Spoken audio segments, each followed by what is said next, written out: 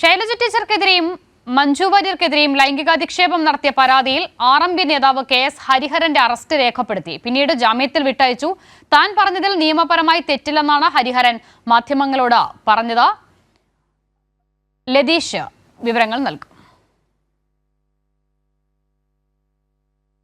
അസിത, രാവിലെ 11 മണിയോടുകൂടിയാണ് RMP നേതാവ് KS Hariharan Vadakara police സ്റ്റേഷനിൽ ഹാജരായത്. KK ശൈലജ ടീച്ചറെയും മഞ്ജു വാര്യരെയും ലൈംഗികമായി അധിക്ഷേപിച്ച കേസിൽ KS ഹരിഹരനെ പോലീസ് ചോദ്യം ചെയ്ത ശേഷം അറസ്റ്റ് രേഖപ്പെടുത്തി സ്റ്റേഷൻ ജാമ്യത്തിൽ വിട്ടയക്കുകയായിരുന്നു.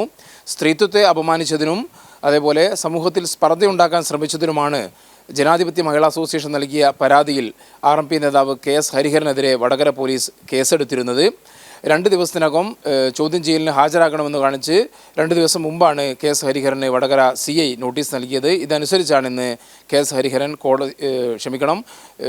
പോലീസ് സ്റ്റേഷനിൽ ഹാജരായതും തുടർന്ന് അദ്ദേഹത്തെ അറസ്റ്റ് രേഖപ്പെടുത്തി ജാമ്യത്തിൽ വിട്ടയക്കുന്ന സാഹചര്യവും ഉണ്ടായത്. നിയമപരമായി താൻ പറഞ്ഞത് തെറ്റല്ല എന്ന ന്യായീകരണമാണ് ഇന്ന് KS ഹരിഹരൻ ചോദ്യം ചെയ്യലിന് ശേഷം അല്ലെങ്കിൽ അറസ്റ്റ് രേഖപ്പെടുത്തി വിട്ടയച്ച ശേഷം മാധ്യമപ്രവർത്തകരോട് പറഞ്ഞത്. കേസിനെ രാഷ്ട്രീയമായും നിയമപരമായും നേരിടുമെന്നും KS ഹരിഹരൻ വ്യക്തമാക്കുകയുണ്ടായി. എൻ്റെ മൊഴിയെടുത്തു, പ്രസംഗത്തിലെ പരാമർശങ്ങളെ കുറിച്ച് ചോദിച്ചു. അശ്ലീല പരാമർശം എന്നാലേക്ക് അതുകൊണ്ട് എനിക്ക് നിയമപരമായിട്ടില്ല. നിയമപരമായിട്ട് അതൊരു അശ്ലീല പരാമർശമല്ല.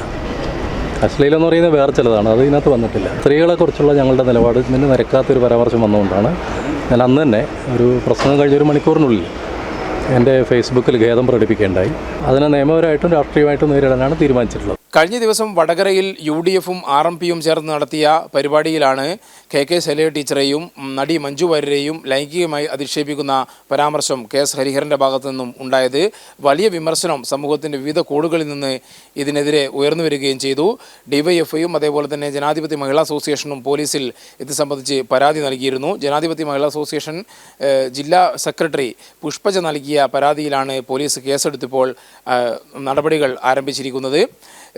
RMP നേതൃത്വം KS ഹരിഹരനെ, RMP നേതൃത്വവും UDF നേതൃത്വവും KS ഹരിഹരനെ തള്ളിപ്പറഞ്ഞിരുന്നെങ്കിലും ഇന്ന് സ്റ്റേഷനിലേക്ക് എത്തിയതും ജാമ്യം എടുത്തതുമെല്ലാം RMP നേതാക്കൾ തന്നെയാണ് എന്നതും എടുത്തു പറയേണ്ടതാണ്.